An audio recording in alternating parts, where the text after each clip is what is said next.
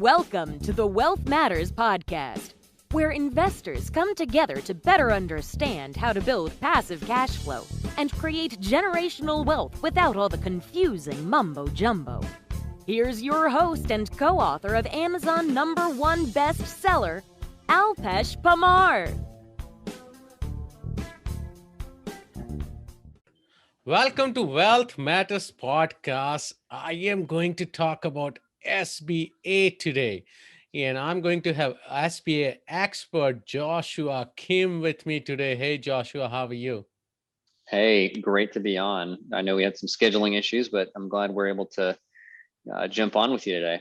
No, thank you for taking time out of your busy schedule for the recording the podcast. So, Josh, why don't you introduce yourself? Yeah, so again, thanks for having me on. My name is Josh Kim, and my background is actually one that's tremendously in the world of SBA. I actually purchased my first business at 19, leveraging an SBA loan, and I recently, after selling that business, realized that there's a big knowledge gap among most business owners around the whole world of SBA. I was able to get over $1.2 million for my first business purchase. I was actually able to get a total of $2.5 million for 3 businesses before I turned 21. And through that process and kind of having to navigate it, I learned that SBA loans are not that hard. Where people trip up is they're always talking to the wrong banks. They're walking through the wrong process. So that's kind of why I started with what business I have now with SBA Accelerator. I'm actively out there working with people to help educate them about how to get SBA loans and all the specifics that come with it. So it's a little about me and my background. That's awesome. So tell us something interesting or funny about yourself. Something interesting about myself. You might get a kick out of this one. I play chess online when I'm on conference calls that are long. I play chess online at the same time to keep myself further occupied. Yeah, because sometimes you're on calls and they're just going on, and everyone else is talking. They don't end. They don't end. Yeah. So I try to keep most of my calls pretty short, but for the ones that do go longer, I've got a 5-minute blitz game in the background there. So that's awesome. Yeah, so you mentioned you got your first SBA loan even before you turned 21. So what kind of business was that? It was actually a healthcare services business. One of the biggest questions I get from people is what kind of businesses are eligible. They think their business might or might not be eligible. As long as you're for-profit operating in the United States, for the most part, you'll be eligible. There are a couple of exceptions for certain industries, but the business that I was using it with was healthcare services. But SBA loans are for all kinds of businesses. So it doesn't really matter what business you have. You can definitely take advantage and benefit from it. So what is define SBA for us? Yeah, so SBA, a lot of people get confused because the SBA, a lot of people probably heard about them recently with the EIDL and right. the PPP program, right? That's what everyone knows. Now finally everyone knows about. Yeah, everyone knows about it. I'll tell you what. So the SBA, they were incorporated back in the 1950s, kind of post World War II, as a way to ensure that there were resources out there to help the smaller businesses, because the war really had concentrated a lot of business at the level with the bigger companies, and so the government recognized that it was not conducive to the economy to have things stacked against small businesses in a lot of respects, and so they formed the SBA, and through it they did various loan programs. But the other major things that they did through the SBA 7A program and the other loan programs is they also made sure that certain contracts were set aside. All federal contracting dollars have to, a certain portion of them have to go to small businesses. So that's what the Small Business Administration is. In the case of the disaster loans, the EIDL and the PPP stuff, EIDL is actually directly loaned out by the SBA, and that's where a lot of people get confused. 7A loans are like PPP loans; they're actually given out by the banks. So the way the SBA 7A loans work is, the government through the SBA is guaranteeing 75, now 90% of the loan. So if a bank makes a loan for $1 million, they're really only risking $250,000 to $100,000, depending on what the guarantee percentage is. Right now, the guarantee percentage, and I'll go this into later, but the guarantee percentage is actually higher than normal because of the unique incentives available right now with the stimulus bills. Got it. It's everyone has regarding SBA financing. So what are some of those myths? Yeah, so I'd really say a lot of the myths are unfortunately perpetuated by banks who don't do a good job at doing SBA loans. Right. So I tell people this. I say, listen, the SBA loan program, the 7A loan program, which is the main one that people are going to tap. The SBA 7A loan program is a program they lend out, roughly speaking, they lend out like $25 billion to $30 billion a year. And there's 3,500 plus lenders that do SBA. But if you actually look at the volume of where it is, most of the lending is done by the top 50 to 100 banks. And so the reason I'm telling you guys this is that a lot of people, they go to like Bank of America, Chase, Wells Fargo, they go to the big banks and they say, hey, I want to get an SBA loan. I just talked to a dentist yesterday who makes $2.5 million a year. He's got 6 practice locations, okay? He went to the bank and said, I want to go get an SBA loan to go buy a building.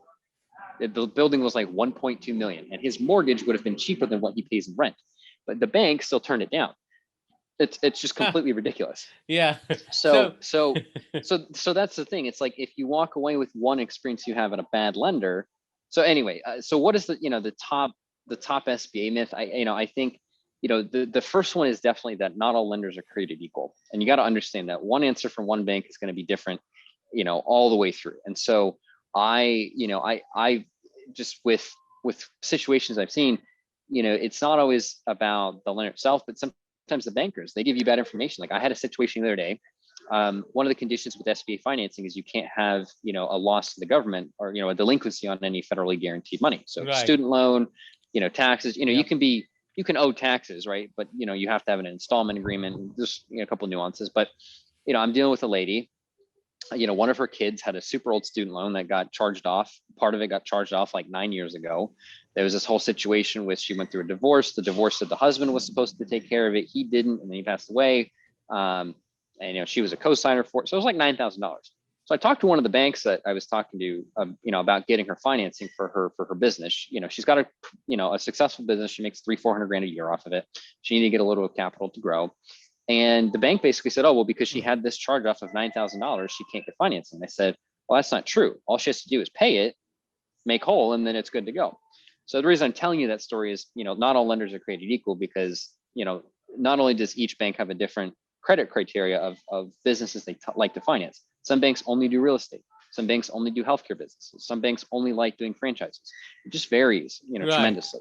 Yeah, and I have a story about that as well. That I think when we discussed first time, I did mention to you, right, that I reached out to SBA for a senior housing facility, right, and the lender I was working with, they only work on the senior housing and assisted living facilities, right. That's how I figured out that, okay, if I want to get a loan for this particular purpose, I got to work with the right lender.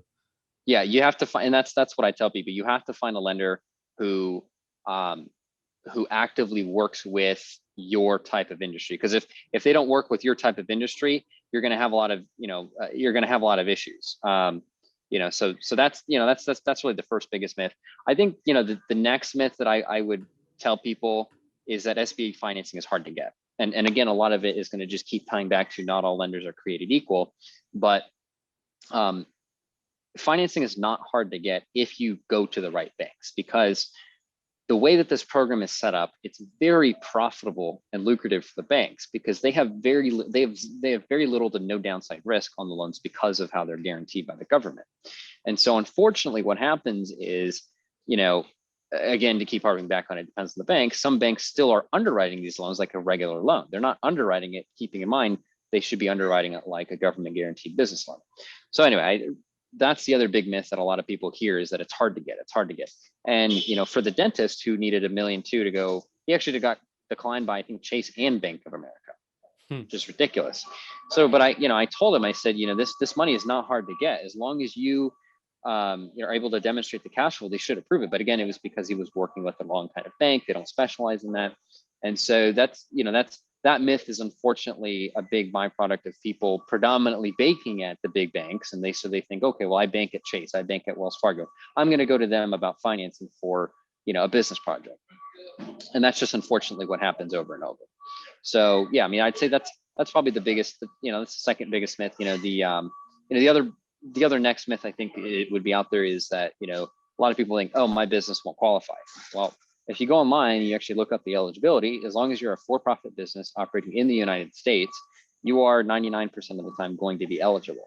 There are some restrictions around industries, like, you can't use the money to flip real estate, have an oil and gas, or otherwise speculative business, or be in the business of money lending. So, I mean, you can't be like a financing company or something like that. You can't take the money at 4% and turn it around and give it out for 12%, So, right?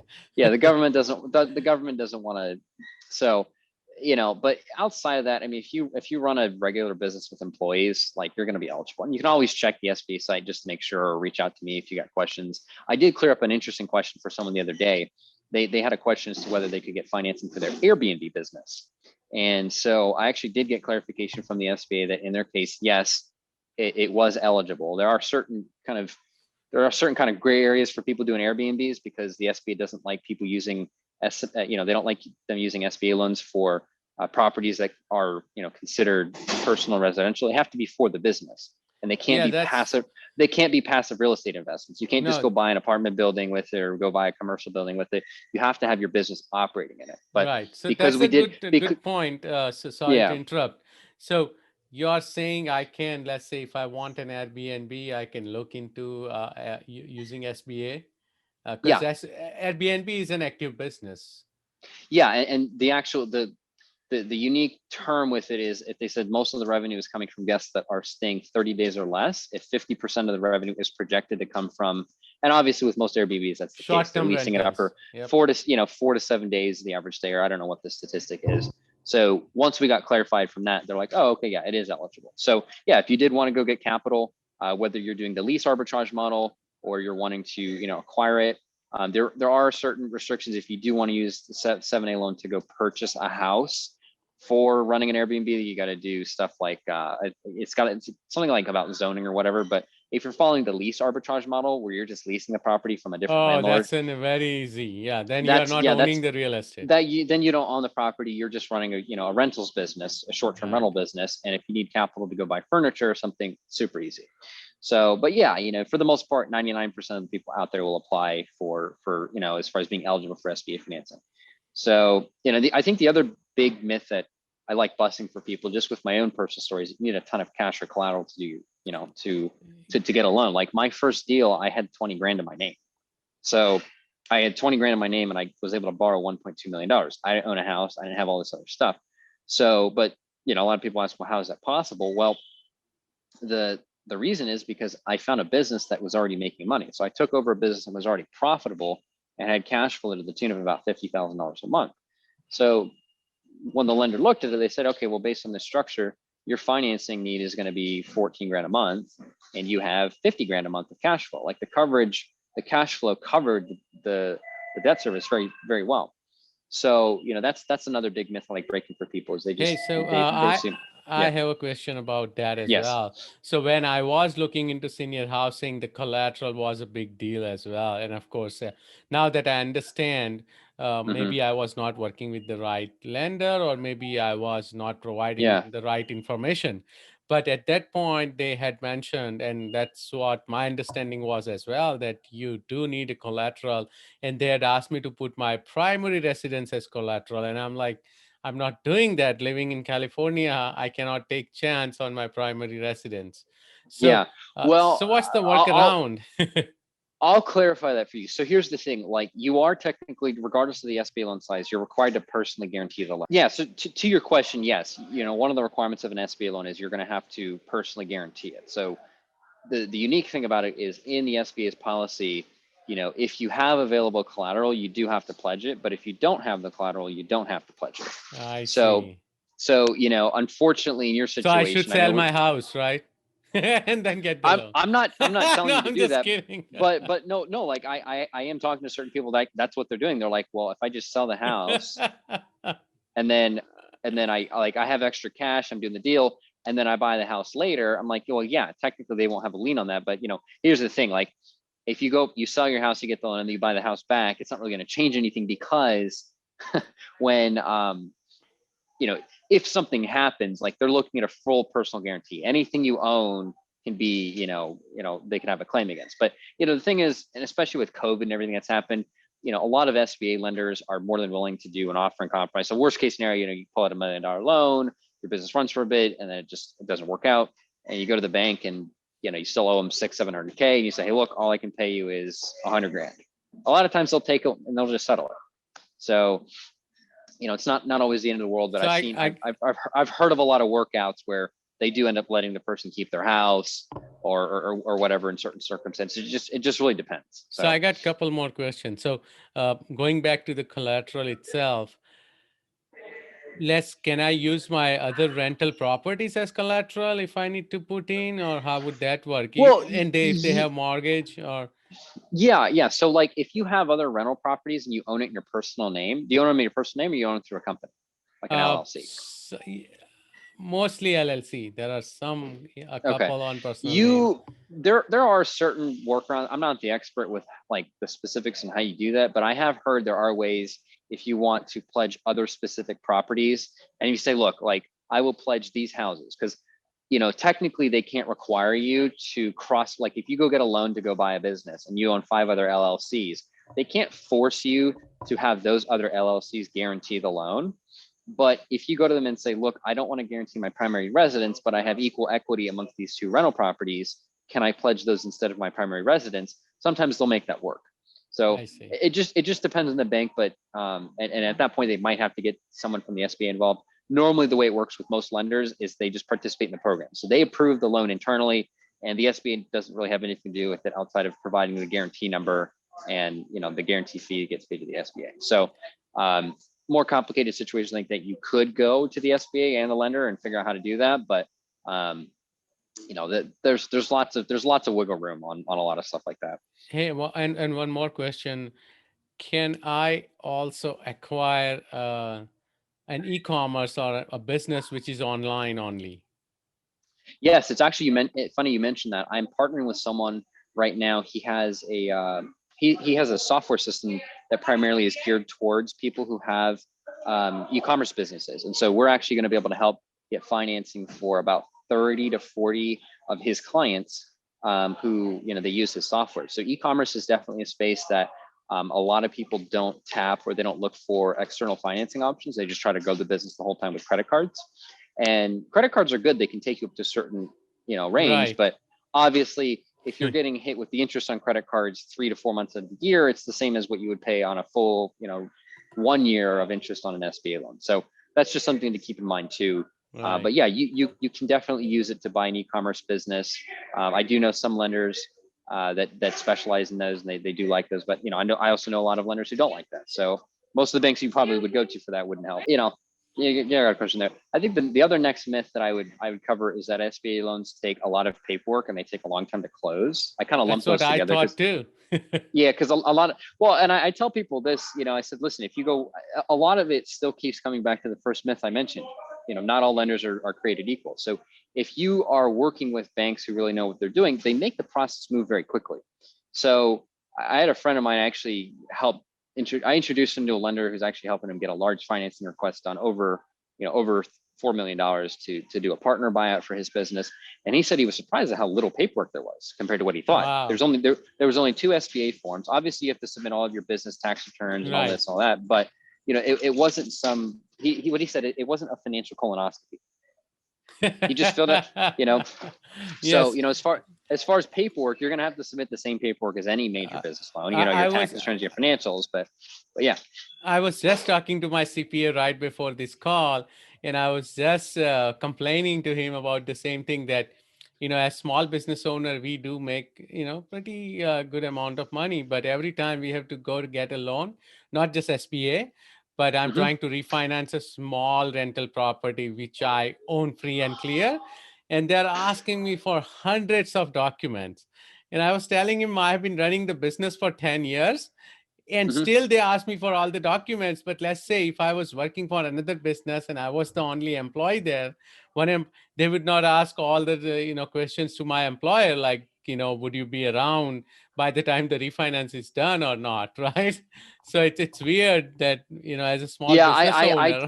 I tell people SBA loans take 10% of the work as a mortgage. Oh, wow. It That's really, crazy. from a paperwork and documentation standpoint, because the guidelines that the SBA puts, it's a lot simpler. They just, the main thing for an SBA loan is they just want to make sure that either based on the existing business today, or, if you're starting up a business or a franchise, they just need to make sure the projected cash flow of the business is suitable to cover the debt. So as long as you have that, you're good.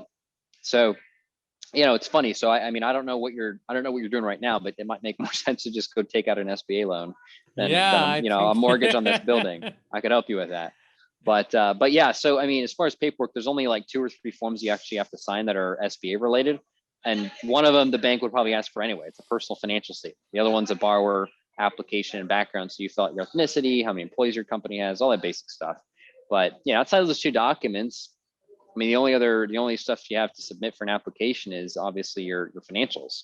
And then obviously come closing day, there's a ream of loan documents that are all boilerplate standard and, are standard. But yeah, that's the other big misconception. You can close if you have a full package for an SBA loan, you can close the loan. Part of it depends too. If you go through an SBA small loan or an SBA express loan, you can close those in 2 weeks, 2 to 3 weeks. Wow. They have an expedited approval process for smaller loans, generally under 350,000. They did up the express loan limit to $500,000 though, or $1 million temporarily, and then it's going to go to $500,000 come October 1st. But awesome. But yeah, there are options for that. The regular SBA loans, they generally take about 45 to 60 days to close. But what I tell people is, listen, if you have a full financial package, your bank can get an approval done in 2 weeks. The fact is that the borrower is usually the one who's holding up the closing process. They don't have their documents together. They don't have everything organized. They can't find a tax return. They can't find a lease. It takes them 3 weeks to get something back from their insurance agent on the property. It's not the bank's fault. They have a checklist, they give it to you, and you take too long to take it, to get it done. So it's like, that's on you. It's not on the bank. So, but yeah, if you have everything in order, you can definitely close a regular SBA loan in 45 days. If you go for one of the small loans or the express loans, those are regularly closed in 2 to 3 weeks from application to funding. That's awesome. And you did mention a date, October 1st. So let's talk about some of the incentives available if you decide to get an SBA loan before October 1st. Yeah, so right now, because of the stimulus package they passed in December, there's a lot of great incentives. So if you have a new SBA loan, but if you get a new SBA loan between now and October, the government will pay 3 to 6 months of your loan. I say 3 to 6 because initially it was 6 months, and then they came out a couple of weeks ago and said, we're not sure if the money allocated will be enough.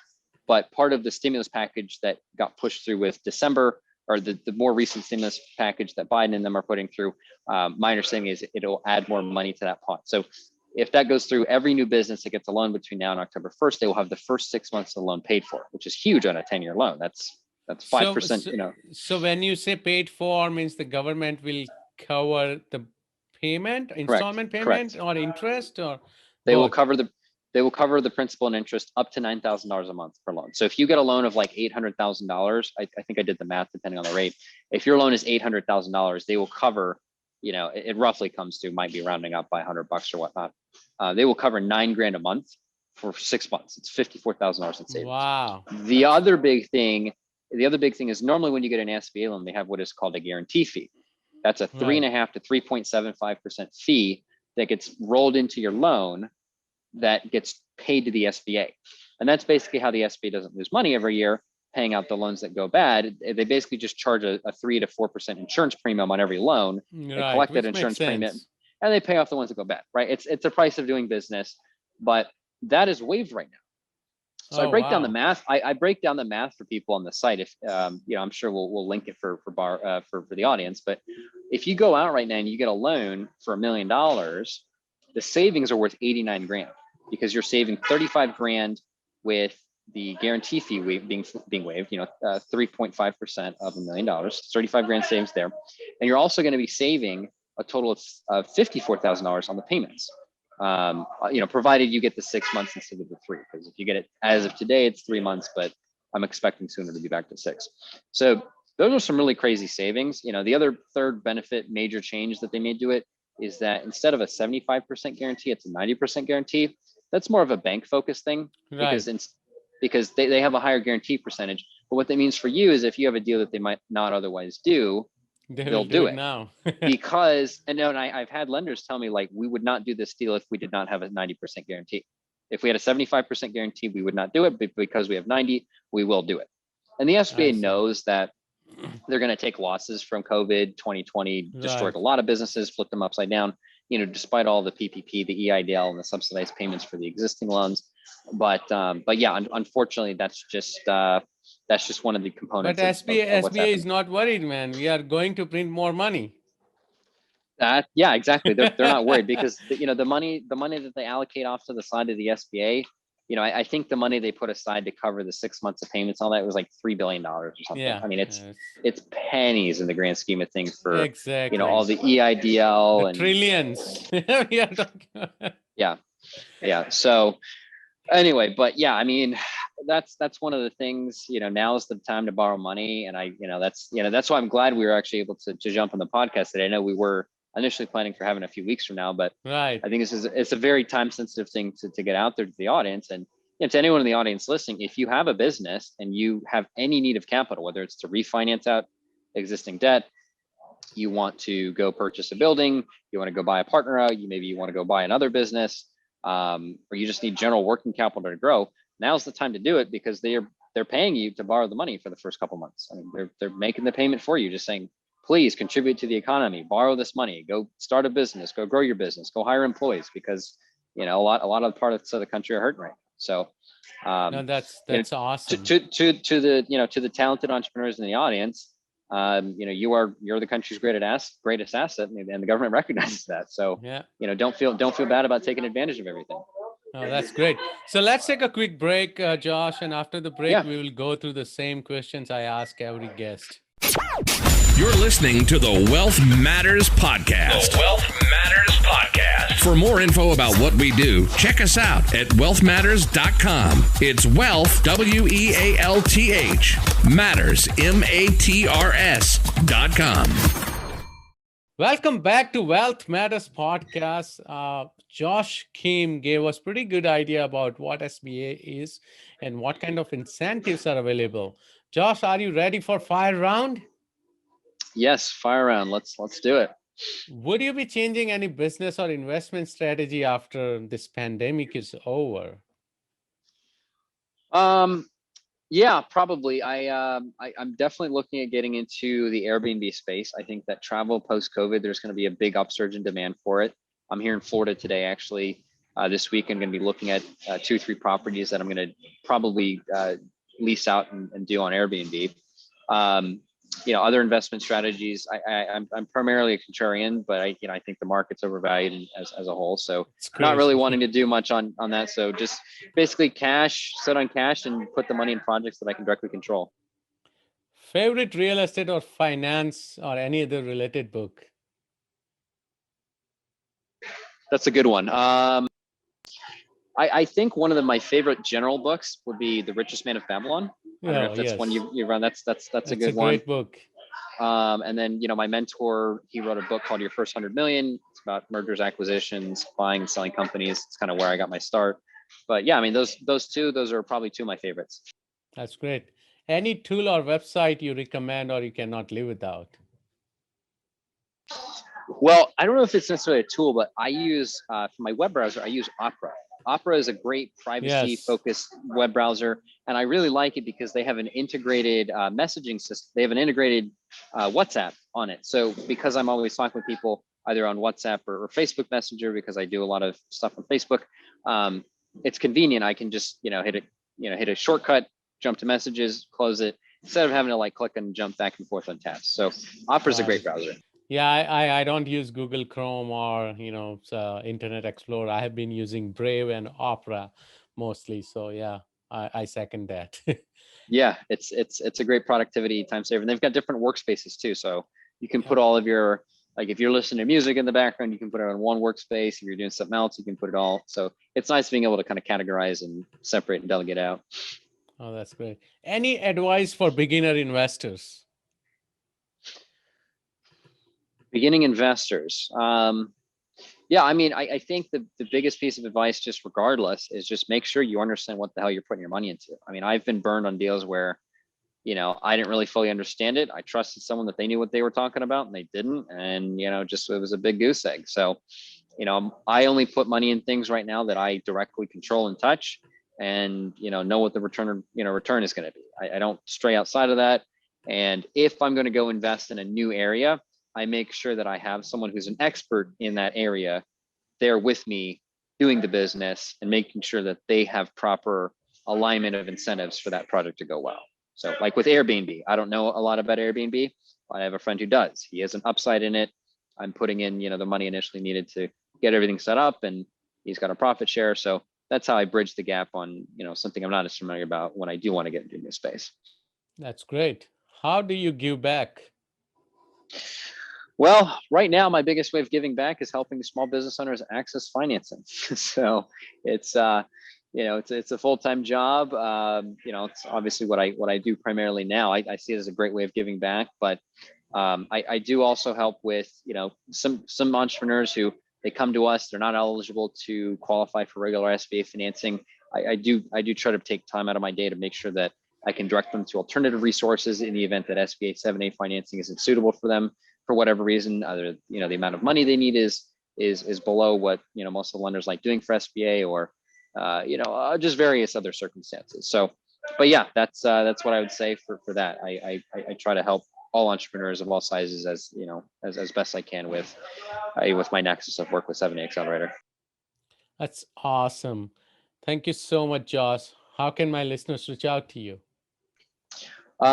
Well, they can definitely reach me if they've got any questions about more on SBA financing through our website. We'll put the link in the description, I'm sure. 7accelerator.com, not 7A Accelerator, it's a company name, but just 7accelerator.com. If you got any specific questions, my it's just josh@7accelerator.com. But we've got a ton of great resources on our website, and we would love to help you if you're a small business owner looking to navigate the crazy world of SBA. I save a lot of entrepreneurs a lot of time by looking at their business from a holistic perspective, figuring out what their goals are, where they want to go, and making sure that they get set up with the right lender to begin with, so they don't have a nightmare story like you with your senior housing. This was great. Thank you so much, Josh. Have a great weekend, man. You too. Thanks for listening to the Wealth Matters podcast. If you enjoyed it, please leave us a 5-star rating on iTunes so others can enjoy the show too. Have a great week and happy investing!